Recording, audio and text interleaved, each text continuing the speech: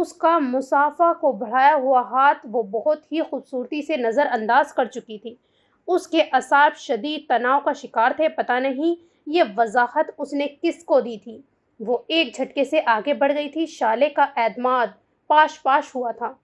بھابھی کے ساتھ پرنیا نے بھی زینب کے رویے کی بد تہذیبی کو محسوس کیا تھا، جبھی فوری طور پر شالے کا دھیان ادھر ادھر بٹانے میں مصروف ہو گئی تھی۔ بھابھی سب مہمان آ چکے ہیں، مووی میکر بھی۔ ماما کہہ رہی ہیں پری بھابھی کو رسم کے لیے لے کر آ جائیں۔ ماریا اور حوریہ پیغام لے آئی تھی۔ دونوں نے لہنگا پہنے ہوئے تھے اور بالکل پریاں لگ رہی تھیں۔ اوکے گڑیا، تم دیکھنا عبدالرافی تمہارے بھائی کو تنگ تو نہیں کر رہا۔ بھابھی نے پرنیا کو اٹھنے کا اشارہ کرتے ہوئے ماریا کو کام پر لگایا تھا۔ وہ دونوں الٹے قدم واپس بھاگ گئی تھیں۔ شالے گڑیا آؤ نا میرے ساتھ، پری کو باہر لے چلو۔ بھابھی نے اسے گمسم کھڑا دیکھ کر بڑی محبت سے کہا تھا۔ جی میں۔ بھابھی اس کی گھبراہٹ پر مسکرانے لگی تھی۔ ہاں بھائی آپ ہی، خاندان کی بہوؤں کا ہی یہ کام ہوتا ہے، بڑی میں، پھر آپ کا ہی دوسرا نمبر آتا ہے، بھلے ابھی آپ کی رخصتی نہیں ہوئی ہے۔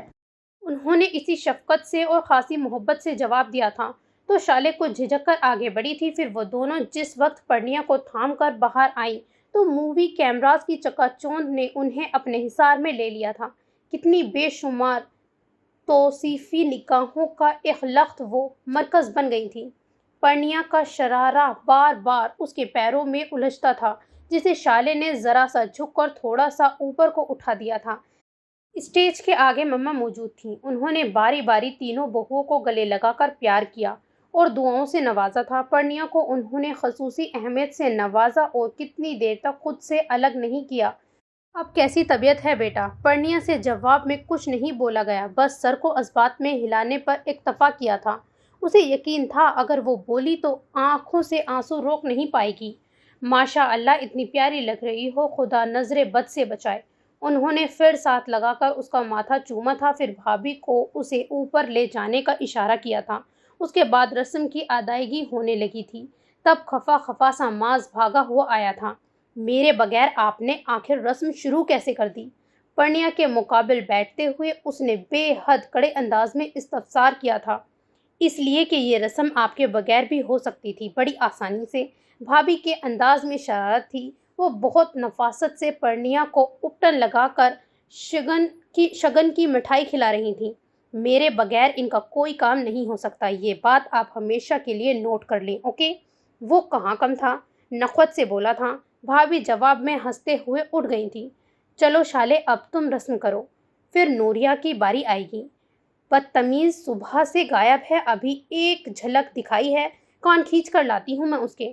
بزرگ خواتین رسم کر چکی تھی۔ شالے کو ان کاموں کے متعلق نہ آگاہی تھی نہ ہی کوئی تجربہ۔ وہ قدرے نروس ہو رہی تھی۔ ارے ارے بھابھی رکیں، ایک منٹ ٹھہرے ذرا۔ معاذ نے اسے بے اختیار ٹوکا۔ وہ جو اپٹن پرنیا کو لگانے لگی تھی سٹپٹا کر سوالیہ انداز میں معاذ کو دیکھنے لگی، مگر وہ اس کے بجائے جہان کو بلا رہا تھا جو سامنے ہی جنید بھائی اور پاپا جان کے ساتھ کھڑا بات چیت میں مصروف تھا۔ معاذ کے اشاروں کو اس نے اگنور کر دیا تھا۔ شالے نے معاذ کے تعاقب میں نگاہ اٹھائی۔ سرمئی کھدر کے کرتے اور شلوار قمیض میں ملبوس سادہ سے چپلوں میں وہ اس عام سے حولیے میں بھی اپنے وجود کی سحر انگیزی اور غضب کی دراز قامت کے باعث پورے ماحول پر چھایا ہوا لگ رہا تھا۔ شالے نے جہان کے گریز کو صاف محسوس کیا۔ یقیناً وہ اسی کی وجہ سے اوپر آنے کے لیے کترا رہا تھا، مگر معاذ کے آگے اس کی ایک بھی نہیں چلی، اسے آنا پڑا تھا۔ بیٹھو ادھر، لوگ تم دونوں کو اکٹھا دیکھنا چاہتے ہیں یار۔ معاذ نے اسے دھکیل کر شالے کے مقابل بٹھا دیا تھا۔ شالے پہ اس کی قربت میں آتے ہی گھبراہٹ حملہ ور ہونے لگی تھی۔ بڑی مشکلوں سے اس نے پرنیا کی رسم ادا کی تھی۔ معاذ کے شوخی فکروں کے باعث اس کے ہاتھوں میں لرزش در آئی تھی۔ رسم ادا کر کے وہ تیزی سے نیچے بھاگی تھی۔ جہان اس سے پہلے ہی رسی توڑا کر جا چکا تھا۔ اب کیسی طبیعت ہے؟ جیسے ہی انہیں اسٹیج پر ذرا تنہائی میسر آئی، معاذ جی جان سے اس کی سمت متوجہ ہوا تھا۔ پرنیا کے حلق میں کڑواہٹ گھلنے لگی تھی۔ اس نے جواب دینا بھی گوارا نہیں کیا۔ بہت پیاری لگ رہی ہو یار، مگر ان لوگوں کو کیا ضرورت تھی تمہیں دلہن بنانے کی؟ دلہن تو میں نے تمہیں دوپہر کو ہی بنا دیا تھا نا۔ وہ معنی خیز انداز میں اپنے بے باکی کے اظہار کا حوالہ دے کر ہنس رہا تھا۔